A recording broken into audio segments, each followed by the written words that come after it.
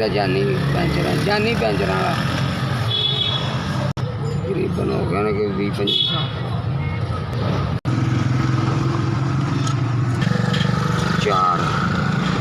4 मेरे बच्चे ने। रैश पिंड है जी, इत्थे अड्डा लाया है। साडा शहर है खुंडा मोड़, जड़ा वाले शहर। बस वो शहर का नाम ही खुंडा मोड़। काम मेहनत मजदूरी करके ते रोटी कमाई दी है। हालात आ जाते काम घर मजदूरी कर ली दी है ना, तो सारी दिहाड़ी बैठे रही है। 300 लभ ही जाता है। साड़ी हो गई 50 तो उत्ते ही है। हूँ ये गरीबी की वजह तो ही होर माड़े जी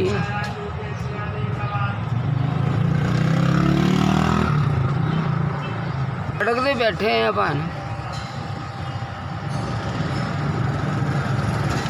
इतने कमाना तो ले जाना तो खाना।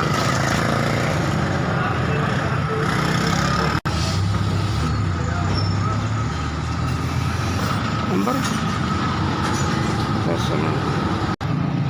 है जी, मेरा मोबाइल नंबर है।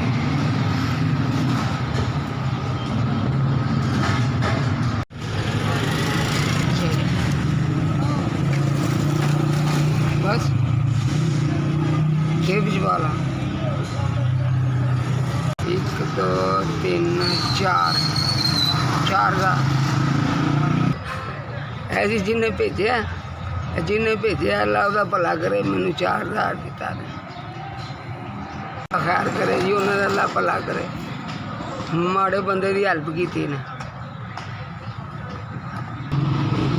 4000 भेजे SPS। आपकी बड़ी मेहरबानी, माड़े बंदे की हेल्प की है।